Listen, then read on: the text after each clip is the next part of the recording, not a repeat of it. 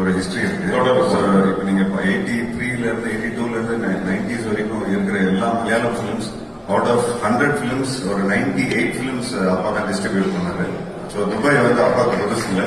So அதுக்கப்புறம் தான் புது வசனம் ஒரு படம் ஆஃப்டர் 1990 விக்ரமன் சாரோடையும் பண்ணோம். அதுக்கப்புறம் புரியாத இந்த படத்து க்ரூ வந்து 90% மலையாளிஸ் இல்லை. ஆமா சார், அந்த பெருமை எனக்கு பெருமை தான் எனக்கு. நான் வந்து என்னோட படத்தோட செலிப்ரேஷனுக்கு போனதே ரொம்ப கஷ்டம் போறது. இது ரொம்ப நாளைக்கு அப்புறம் நான் வந்து ஒரு செலிப்ரேஷனை கலந்து கொண்டு பேசும்போது எனக்கு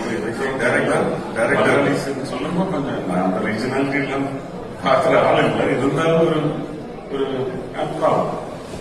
I have a successful team of Malayali Indian filmmakers on stage. The director did the film called Falini. Falini, not Falini, sir. Good job. But I'm really looking forward to the one with Vadivelu. That is your third one, no? Oh, that is a film with Prabhudeva and Vadivelu, sir.